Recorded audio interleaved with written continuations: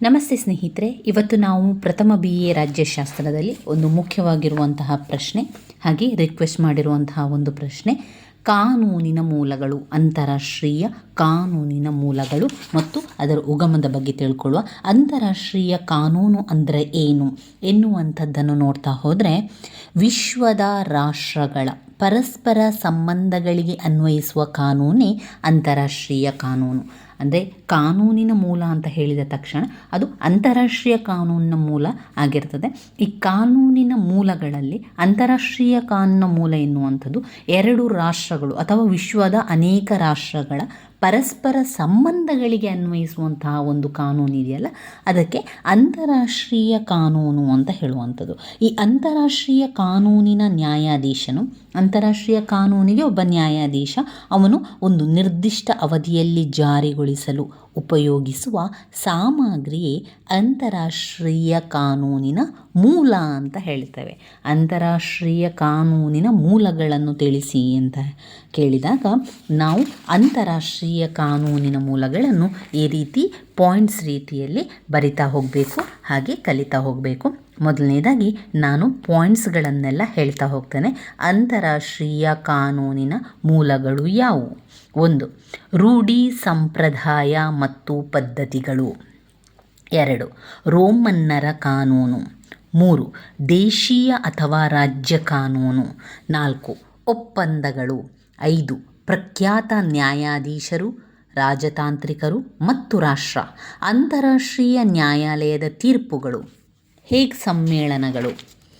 ಅಂತಾರಾಷ್ಟ್ರೀಯ ಶಾಸನ ರಚನೆ, ರಾಯಭಾರಿಗಳ ಪತ್ರ ವ್ಯವಹಾರ. 9 ಪಾಯಿಂಟ್ಸ್ಗಳು ಕಾನೂನಿನ ಮೂಲಗಳಾಗಿರುವಂಥದ್ದು. ಪುಟ ಸಂಖ್ಯೆ 173ರಲ್ಲಿದೆ ನೋಡಿ, ರಾಜ್ಯಶಾಸ್ತ್ರದಲ್ಲಿ ಬರುವಂಥದ್ದು ಅಂತಾರಾಷ್ಟ್ರೀಯ ಕಾನೂನಿನ ಮೂಲಗಳು. ನಾವು ಪಾಯಿಂಟ್ಸನ್ನು ಸ್ವಲ್ಪನೇ ತಿಳ್ಕೊಂಡು ಹೋಗುವ. ಮೊದಲನೆಯದಾಗಿ ರೂಢಿ, ಸಂಪ್ರದಾಯ ಮತ್ತು ಪದ್ಧತಿಗಳು. ರೂಢಿ, ಸಂಪ್ರದಾಯ, ಪದ್ಧತಿಗಳು ಮುಖ್ಯವಾಗಿ ಅಂತಾರಾಷ್ಟ್ರೀಯ ಕಾನೂನಿನ ಮೂಲಗಳಾಗಿವೆ. ಅಂತಾರಾಷ್ಟ್ರೀಯ ಕಾನೂನಿನ ಮೂಲಗಳಲ್ಲಿ ಮುಖ್ಯವಾಗಿರುವಂಥದ್ದು ರೂಢಿ, ಸಂಪ್ರದಾಯ, ಪದ್ಧತಿಗಳು. ಇದು ದೀರ್ಘಕಾಲದವರೆಗೆ ಪಾಲಿಸಿಕೊಂಡು ಬಂದಲ್ಲಿ ಅವುಗಳನ್ನು ವಿಶ್ವದಾದ್ಯಂತ ಸಾರ್ವತ್ರಿಕವಾಗಿ ಒಪ್ಪಿಕೊಂಡಲ್ಲಿ ಅವುಗಳು ಕಾನೂನಿನ ಸ್ಥಾನಮಾನವನ್ನು ಪಡೆದುಕೊಳ್ತದೆ. ಯಾವುದು? ರೂಢಿ, ಸಂಪ್ರದಾಯ, ಪದ್ಧತಿಗಳು. ನಮ್ಮ ಪ್ರಾಚೀನ ಕಾಲದಿಂದಲೂ ಕೂಡ ಈ ಅಂತಾರಾಷ್ಟ್ರೀಯ ಕ್ಷೇತ್ರದಲ್ಲಿನ ರಾಷ್ಟ್ರಗಳ ನಡುವಿನ ಸಂಬಂಧಗಳು, ರಾಯಭಾರಿಗಳು, ರಾಜತಾಂತ್ರಿಕರ ಅಧಿಕೃತ ಆದೇಶಗಳು, ರಾಜ್ಯದ ಕಾನೂನುಗಳು, ಹಿಂದಿನ ರೂಢಿ, ಸಂಪ್ರದಾಯ, ಪದ್ಧತಿ ಇದೆಯಲ್ಲ, ಅದರೆಲ್ಲ ಕೂಡ ಅನುಗುಣವಾಗಿ ನಡೆದುಕೊಂಡು ಬಂದಿರುವ ಉದಾಹರಣೆಗಳು ಉಂಟು. ಇಂತಹ ಒಂದು ರೂಢಿ, ಸಂಪ್ರದಾಯ, ಪದ್ಧತಿಗಳಿಂದಾಗಿ ನಾವು ಹಿಂದಿನ ಕಾಲದಿಂದಲೇ ಆ ಒಂದು ಪದ್ಧತಿಗಳು, ಸಂಪ್ರದಾಯಗಳು, ರೂಢಿಗಳು ನಡೆದುಕೊಂಡು ಈಗ ಬಂದದ್ರಿಂದ ಆ ಕಾನೂನಿನ ಸ್ಥಾನಮಾನವನ್ನು ಅದು ಪಡೆದುಕೊಳ್ತದೆ ಅಂತ ಹೇಳುವಂಥದ್ದು. ಮೊದಲಿನ ಕಾಲದಿಂದಲೇ ಇತ್ತು. ಆ ಒಂದು ಸಂಪ್ರದಾಯವನ್ನು ಈಗಲೂ ಕೂಡ ಆಚರಿಸ್ತಾ ಇದ್ದೇವೆ. ಅದನ್ನು ವಿರುದ್ಧವಾಗಿ ಹೋಗುವಂಥ ಸಂದರ್ಭಗಳಲ್ಲಿ ಕೆಲವೊಮ್ಮೆ ಕಾನೂನಿನ ವಿರುದ್ಧವಾಗಿ ಹೋದಂತಾಗುವಂಥದ್ದು ಉಂಟು. ಆದರೆ ಈ ಕಾನೂನಿನ ಮೂಲಗಳಲ್ಲಿ ರೂಢಿ, ಸಂಪ್ರದಾಯ ಮತ್ತು ಪದ್ಧತಿಗಳಿದೆಯಲ್ಲ, ಅದೆಲ್ಲ ಏನು ಮಾಡ್ತದೆ ಅಂದರೆ ಒಂದು ಅನಾಹುತಗಳನ್ನು ತಪ್ಪಿಸಲು ಕೆಲವೊಂದು ನಿಯಮಗಳನ್ನು ರೂಪಿಸಿಕೊಳ್ಳಲಾಗಿದೆ. ಅದೇ ಈ ರೂಢಿ, ಸಂಪ್ರದಾಯ ಮತ್ತು ಪದ್ಧತಿಗಳಾಗಿರ್ತದೆ. ಹೀಗೆ ರೂಢಿ, ಸಂಪ್ರದಾಯ, ಪದ್ಧತಿಗಳು ಅಂತಾರಾಷ್ಟ್ರೀಯ ಕಾನೂನಿನ ಮೂಲವಾಗಿದೆ. ಇನ್ನು ರೋಮನ್ನರ ಕಾನೂನು, ಸೆಕೆಂಡ್ ಪಾಯಿಂಟ್, ರೋಮನ್ನರ ಕಾನೂನು. ಏನಿದು ರೋಮನ್ನರ ಕಾನೂನು? ಪ್ರಾಚೀನ ಕಾಲದ ರೋಮನ್ ಚಕ್ರಾಧಿಪತ್ಯದ ಕಾಲದಲ್ಲಿ ಜನರು ವಿವಿಧ ಸಂಸ್ಕೃತಿಯನ್ನು ಆಚರಣೆ ಮಾಡ್ತಾ ಇದ್ರು. ಭಾಷೆ, ಧರ್ಮ, ಪದ್ಧತಿಗಳನ್ನೆಲ್ಲ ಹೊಂದಿದ್ರು.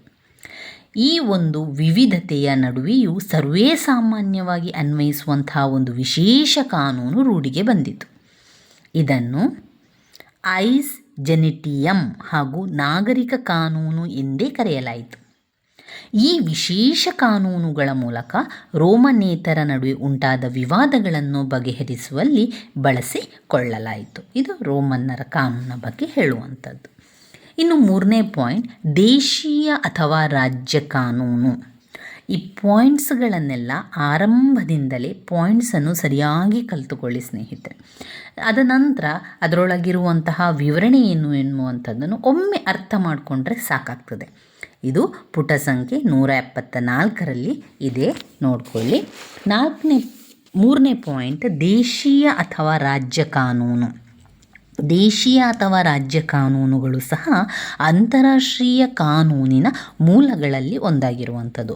ಪ್ರತಿಯೊಂದು ರಾಷ್ಟ್ರಗಳು ವ್ಯಾಪಾರ, ಪೌರತ್ವಕ್ಕೆ, ರಾಜತಾಂತ್ರಿಕಕ್ಕೆ ಸಂಬಂಧಿಸಿದಂತೆ ತನ್ನದೇ ಆದ ಬೇರೆ ಬೇರೆ ಕಾನೂನುಗಳನ್ನು ಹೊಂದಿರ್ತದೆ. ಒಪ್ಪಂದಗಳು. ನೀವು ಸರಿಯಾಗಿ ಈ ಪಾಯಿಂಟ್ಸ್ಗಳನ್ನೆಲ್ಲ ಕಲಿಯಿರಿ ಸ್ನೇಹಿತರೆ. ಈ ವಿವರಣೆ ನಿಮಗೆ ಎಷ್ಟು ಅದರೊಳಗೆ ಬರೀಲಿಕ್ಕೆ ಸಾಧ್ಯವೋ ಅಷ್ಟನ್ನು ಬರಿತಾ ಹೋಗಿ. ಅಂದರೆ ವಿವರಣೆಯನ್ನು ಅದಕ್ಕೆ ಸಂಬಂಧಪಟ್ಟಂತೆ ಅದರಲ್ಲಿರುವಂತಹ ವಿಷಯಗಳನ್ನು ಸ್ವಲ್ಪ ಓದ್ಕೊಂಡ್ರೆ ನಿಮಗೆ ಅದರಲ್ಲಿ ಬರೀಲಿಕ್ಕೆ ಸಾಧ್ಯ ಆಗ್ತದೆ. ಆದರೆ ಪಾಯಿಂಟ್ಸ್ ತುಂಬಾ ಇಂಪಾರ್ಟೆಂಟ್ ಆಗಿರ್ತದೆ. ಪಾಯಿಂಟ್ಸನ್ನು ಸರಿಯಾಗಿ ಕಲಿತ್ಕೊಳ್ಳಿ. 4ನೇ ಪಾಯಿಂಟ್, ಒಪ್ಪಂದಗಳು. ಅಂತಾರಾಷ್ಟ್ರೀಯ ಒಪ್ಪಂದಗಳು ಸಹ ಅಂತಾರಾಷ್ಟ್ರೀಯ ಕಾನೂನಿನ ಮೂಲವಾಗಿರುವಂಥದ್ದು. ಒಪ್ಪಂದಗಳು, ಸಂಬಂಧಗಳು ಸಂಬಂಧಪಟ್ಟ ರಾಷ್ಟ್ರಗಳ ನಡುವೆ ಏರ್ಪಟ್ಟಿರುವಂಥದ್ದು, ಅಂದರೆ ಒಪ್ಪಂದ ಆಗಿರುವಂಥದ್ದು. ಈ ರೀತಿಯ ಒಂದು ಕೆಲಸ ಕಾರ್ಯಗಳಾಗುವಂಥದ್ದು ಅಂದರೆ ಕಾಂಟ್ರ್ಯಾಕ್ಟ್ ಅಂತ ಹೇಳ್ಬೋದು. ಈ ಒಪ್ಪಂದವನ್ನು ಕಾರ್ಯಗತಗೊಳಿಸುವಂತಹ ಜವಾಬ್ದಾರಿಯನ್ನು ಹೊಂದಿರ್ತದೆ ಯಾವುವು? ಅಂತಾರಾಷ್ಟ್ರೀಯ ಸಂಸ್ಥೆಗಳು. ಈ ಒಪ್ಪಂದಗಳನ್ನು ಎಲ್ಲ ರಾಷ್ಟ್ರಗಳು ಸಾಮೂಹಿಕವಾಗಿ ಪಾಲಿಸಿದಾಗ ಇವುಗಳು ಸಹ ಅಂತಾರಾಷ್ಟ್ರೀಯ ಕಾನೂನುಗಳಾಗಿ ಮಾರ್ಪಾಡು ಆಗುವಂಥದ್ದು. ಇನ್ನು 5ನೇದು, ಪ್ರಖ್ಯಾತ ನ್ಯಾಯಾಧೀಶರು, ರಾಜತಾಂತ್ರಿಕರು ಮತ್ತು ರಾಷ್ಟ್ರ. ಪ್ರಖ್ಯಾತ ನ್ಯಾಯಾಧೀಶರಿರ್ಬೋದು, ನ್ಯಾಯವಾದಿಗಳಿರ್ಬೋದು, ರಾಜತಾಂತ್ರಿಕರು ಮತ್ತು ರಾಷ್ಟ್ರಗಳ ನಾಯಕರುಗಳ ಲೇಖನ, ಗ್ರಂಥಗಳು ಸಹ ಅಂತಾರಾಷ್ಟ್ರೀಯ ಕಾನೂನಿನ ಮೂಲವಾಗಿರುವಂಥದ್ದು. ಅಂದರೆ ಅನೇಕ ನ್ಯಾಯಾಧೀಶರು, ರಾಜತಾಂತ್ರಿಕರು ಮತ್ತು ರಾಷ್ಟ್ರದ ನಾಯಕರು ಇತಿಹಾಸ, ಅಂತಾರಾಷ್ಟ್ರೀಯ ಸಂಬಂಧ, ಯುದ್ಧ ಮತ್ತು ಶಾಂತಿಯ ಬಗ್ಗೆ ತನ್ನದೇ ಆದ ಅಭಿಪ್ರಾಯವನ್ನು ವ್ಯಕ್ತಪಡಿಸಬಹುದು. ಇನ್ನು 6ನೇ ಪಾಯಿಂಟ್ ನೋಡಿದರೆ, ಅಂತಾರಾಷ್ಟ್ರೀಯ ನ್ಯಾಯಾಲಯದ ತೀರ್ಪುಗಳು. ಕೋರ್ಟಿನ ಒಂದು ತೀರ್ಪು. ರಾಷ್ಟ್ರಗಳ ನಡುವೆ ಬಿಕ್ಕಟ್ಟು ಇರ್ತದೆ, ಕೆಲವೊಮ್ಮೆ ವಿವಾದಗಳು ನಡೀತಾ ಇರ್ತದೆ. ಅಂತಹ ಸಂದರ್ಭದಲ್ಲಿ ಅಂತಾರಾಷ್ಟ್ರೀಯ ನ್ಯಾಯಾಲಯಗಳು ನೀಡುವಂತಹ ತೀರ್ಪುಗಳಿದೆಯಲ್ಲ, ಅದುವೇ ಅಂತಾರಾಷ್ಟ್ರೀಯ ಕಾನೂನಿನ ಮೂಲಗಳಾಗಿದೆ. ಇಲ್ಲಿ ಅವರು ಉದಾಹರಣೆಯನ್ನು ಕೊಡ್ತಾರೆ. ವಿಶ್ವಸಂಸ್ಥೆಯ ಅಂತಾರಾಷ್ಟ್ರೀಯ ನ್ಯಾಯಾಲಯ ನೀಡುವ ತೀರ್ಪುಗಳು ಅಂತಾರಾಷ್ಟ್ರೀಯ ಕಾನೂನಿನ ಮೂಲಗಳಾಗಿರ್ತದೆ. 7ನೇ ಪಾಯಿಂಟ್, ಹೇಗ್ ಸಮ್ಮೇಳನಗಳು. ಲೀಗ್ ಆಫ್ ನೇಷನ್ಸ್ ಸ್ಥಾಪನೆಗೂ ಮೊದಲು ಹೇಗ್ ಸಮ್ಮೇಳನಗಳಲ್ಲಿ ನಡೆದ ಚರ್ಚೆಗಳು, ಭಾಷಣಗಳು, ತೀರ್ಮಾನಗಳು ಸಹ ಅಂತಾರಾಷ್ಟ್ರೀಯ ಕಾನೂನಿನ ಬಹು ಮುಖ್ಯವಾದ ಮೂಲಗಳಾಗಿದೆ. ಸಮ್ಮೇಳನಗಳು ನಡೆಯುವಂಥದ್ದು ಕೂಡ. ಇನ್ನು 8ನೇ ಪಾಯಿಂಟ್ ನೋಡಿದರೆ, ಅಂತಾರಾಷ್ಟ್ರೀಯ ಶಾಸನ ರಚನೆ. ಇದು ಅಂತಾರಾಷ್ಟ್ರೀಯ ಕಾನೂನಿನ ಬೆಳವಣಿಗೆಗೆ ಅಂತಾರಾಷ್ಟ್ರೀಯ ನ್ಯಾಯತ್ವಕ್ಕಿಂತಲೂ ಅಂತಾರಾಷ್ಟ್ರೀಯ ಶಾಸನ ರಚನೆಯು ಮುಖ್ಯವಾದದ್ದು ಅಂತ ಹೇಳ್ತಾ ಇದ್ದಾರೆ. ಕೆಲವೊಂದು ಒಪ್ಪಂದಗಳೆಲ್ಲ ನಡೀತದೆ. ಈ ಒಪ್ಪಂದಗಳ ಪರಿಣಾಮವಾಗಿ ಅಂತಾರಾಷ್ಟ್ರೀಯ ಶಾಸನಗಳು ರೂಪಿತವಾಗ್ತದೆ. ಅಂತಾರಾಷ್ಟ್ರೀಯ ಒಡಂಬಡಿಕೆಗಳನ್ನು ಹಲವಾರು ರಾಷ್ಟ್ರಗಳ ನಡುವೆ ವಿಶಾಲವಾದ ಪ್ರದೇಶಗಳಿಗೆ ಸಂಬಂಧಿಸಿದಂತೆ ಸಾರ್ವತ್ರಿಕವಾದ ನಿಯಮಾವಳಿಗಳನ್ನು ರೂಢಿಗೆ ತರುವ ಒಂದು ಮುಖ್ಯ ವಿಧಾನವೆಂದು ಅದನ್ನು ಪರಿಗಣಿಸಲಿಕ್ಕೆ ಸಾಧ್ಯ ಅಂತ ಹೇಳ್ತಾ ಇದ್ದಾರೆ. ಇನ್ನು 9ನೇ ಪಾಯಿಂಟ್ಸ್ ನೋಡಿದರೆ, ರಾಯಭಾರಿಗಳ ಪತ್ರ ವ್ಯವಹಾರ.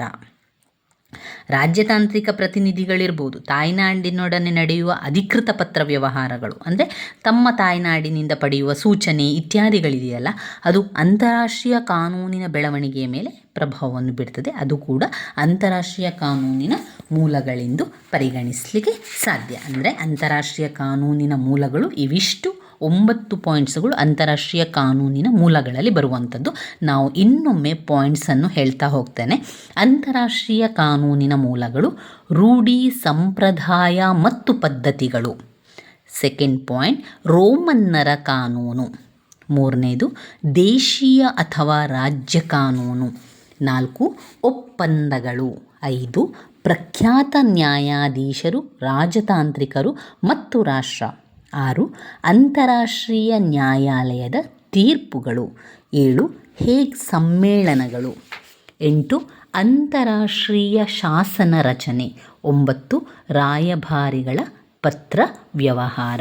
ಇವಿಷ್ಟು ನಮ್ಮ ಅಂತಾರಾಷ್ಟ್ರೀಯ ಕಾನೂನಿನ ಮೂಲಗಳಾಗಿರುವಂಥದ್ದು. ನನ್ನ ವೀಡಿಯೋಸ್ ಎಲ್ಲ ನಿಮಗೆ ಇಷ್ಟ ಆಗ್ತಾ ಇದ್ದರೆ ಲೈಕ್ ಕೊಡಿ ಸ್ನೇಹಿತರೆ. ಧನ್ಯವಾದಗಳು.